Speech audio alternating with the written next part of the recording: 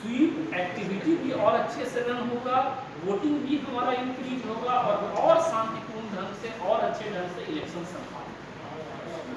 अब मेरा एसपी साहब से आग्रह होगा कि उनको थोड़ा सा डिटेल आप दे दें, तो उसके बाद यदि कुछ सवाल आपके अंदर होगा तो उसको भी ले सकते हैं। जैसा डीएम साहब ने आपको डिटेल्स में बता दिया, आज से मॉडल कोड ऑफ कंडक्ट लागू हो चुका है।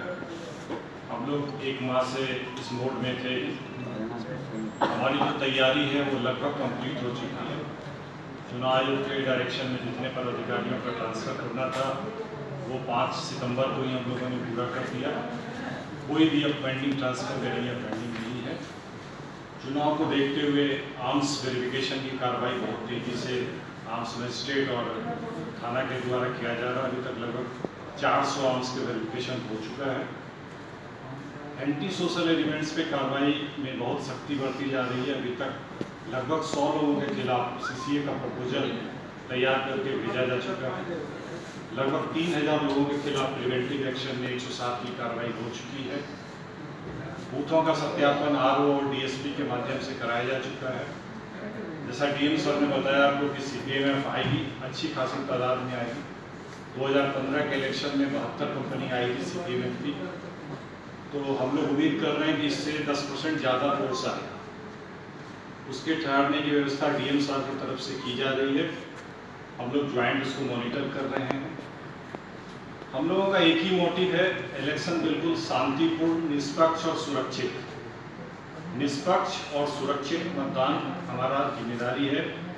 पोलिंग ऑफिसर्स की, सिक्योरिटी ऑफिसर की, साथ में जो वोटर्स हैं उनकी सिक्योरिटी ही हमारा मेन फोकस रहेगा।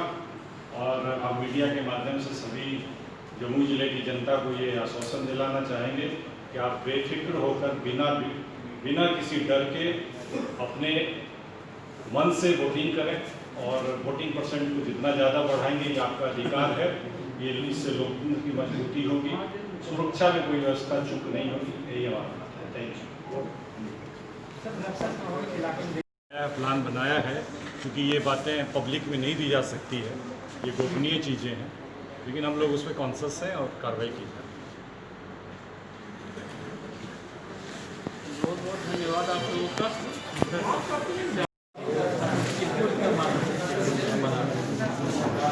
एक बार दीप जला लेते हैं, बस बाइक में ना ले लीजिएगा।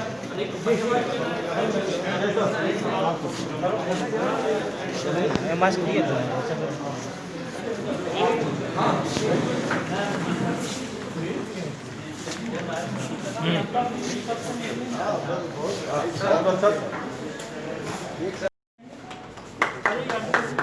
इलेक्शन तो कहाँ गई हमारी, आइए मैडम, आप कहाँ पीछे रह जाते हैं?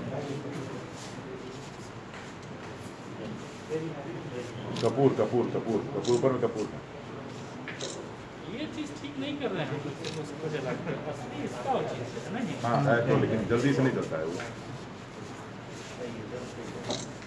बेबी यहाँ कहाँ गया? एक बार सर काइंडली ज्वाइंटली हाथ लगा दिया जाता, बेबी भी रहती वो चूँकि आइकन है। अरे सोशल डिस्टेंसिंग भी फॉलो करना नहीं सर, मीडिया के ख्याल से सर मैंने कहा घेर दिया जाएगा कि देखिए सोशल डिस्टेंसिंग का क्या मतदान केंद्र पर क्या अच्छा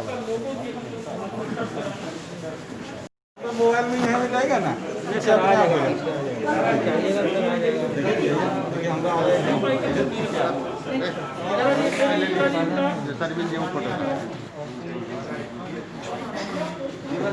फॉरवर्ड कर दिए, ले लीजिए।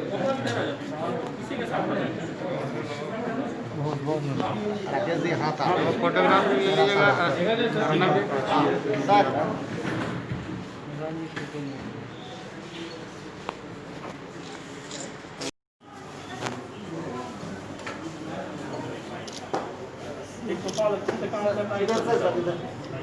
संक्रमण को देखते हुए बूथों पर सुरक्षा की क्या व्यवस्था है और जिस प्रकार से रैली, रोड शो और ये सब शुरू हुआ है सर, इसमें क्या निर्देश है? द्वारा सर पहले क्या घोषणा की गई है, उसके रिगार्ड क्या तैयारी की जा रही है?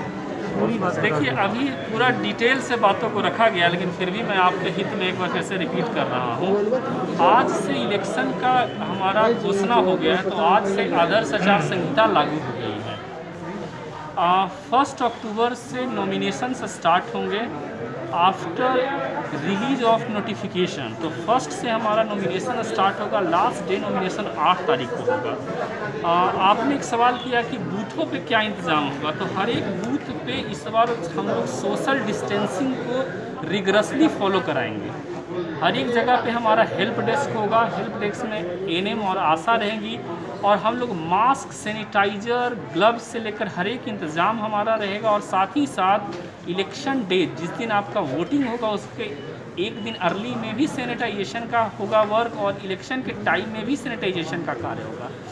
इसके साथ साथ 80 साल के ऊपर के जो भी वोटर होंगे या फिर हैंडीकैप्ड वोटर होंगे उसके लिए इस बार एक हम लोग के द्वारा फैसिलिटी दी जा रही है कि वो चाहें तो बैलेट के द्वारा भी वोट दे सकते हैं। इसके लिए अग्रेतर उनको सूचना दी जाएगी। और इसके साथ साथ जो आपने कहा रैली का क्या इंतज़ाम रहेगा, तो बड़ी रैलियां तो इस बार एमएचए के गाइडलाइंस और बहुत सारे स्वास्थ्य के जो एसओपी हैं उनके अनुसार नहीं हो पाएंगी, लेकिन हम लोगों के द्वारा बड़े बड़े फील्ड आइडेंटिफाइड हुए हैं जिसका मैक्सिमम लोग इतने लोग बैठ सकते हैं वो संख्या भी डिसाइडेड है। तो हम लोग उसके हिसाब से ही रैलियां होंगी, लेकिन उसमें भी बहुत से गाइडलाइंस, बहुत से एसओपीज़ को फॉलो होना ही होगा, उसके बाद ही वो हो सकता है। नहीं तो मैक्सिमम हाउस टू हाउस जो होता है, डोर टू डोर कैंपेन, वही हो पाएगा। जिस प्रकार से भावी प्रत्याशियों के द्वारा सर रोड शो किया जा रहा है और इस तरह से उसमें भी भीड़ काफ़ी लग रहा है, तो उन लोग के लिए क्या गाइडलाइन है और क्या पालन करेंगे? नहीं, ऐसा लग रहा है, ये तो नहीं है। मतलब ऐसा होता तो हम लोग को एमसीसी का वेट नहीं करना था। हम लोग अभी ही उनके ऊपर हेल्थ के उल्लंघन में, मतलब स्वास्थ्य से जो संबंधित गाइडलाइन है उसके उल्लंघन में एफआईआर होता। लेकिन यदि आप इसको संज्ञान में ला रहे हैं तो फ्यूचर में हम लोग इसके लिए और ज़्यादा सतर्क रहेंगे। सर एक चीज़ है कि टाइमिंग को लेकर जैसा आपने कहा कि टाइमिंग 7 to 6 जो है वो सामान्य वोटिंग टाइम रहेगा, लेकिन हम लोग नक्सल अफेक्टेड एरिया है और बहुत से एरियाज हमारे हार्ड टू रीच हैं। इसके कारण हम लोग ईसीआई को हम लोग का आग्रह होगा, आग्रह लेटर अभी हम और एसपी साहब एक बार फिर से समीक्षा हम लोग के द्वारा होगी, और हम लोग का आग्रह होगा कि हम लोग के यहाँ 2 घंटा समय को घटाया जाए और लास्ट वोटिंग टाइम होगा वो होगा 4 o'clock शाम को। जैसा पूर्व में चुनाव को देखा जाए तो 3 बजे तक वोटिंग होता था, तो क्या इस बार कहीं ऐसा कुछ नहीं? नहीं, इस बार का इलेक्शन का 1 आवर का टाइम जो है समय, वो हम लोगों ने इस स्पेशली ईसीआई के द्वारा एक्सटेंड हुआ है। उसके भीतर का सोच देखिएगा या फिर उसका मूल मंतव्य देखिएगा तो ये है क्योंकि इस बार सोशल डिस्टेंसिंग बूथ पे फॉलो होना है। अच्छा, एक और चीज़ जो सोशल डिस्टेंसिंग हुआ है उसके लिए हम लोग एक काम कर रहे हैं कि हम लोगों ने 1000 से ऊपर के कोई बूथ रखे ही नहीं है। आपके औसतन बूथ का साइज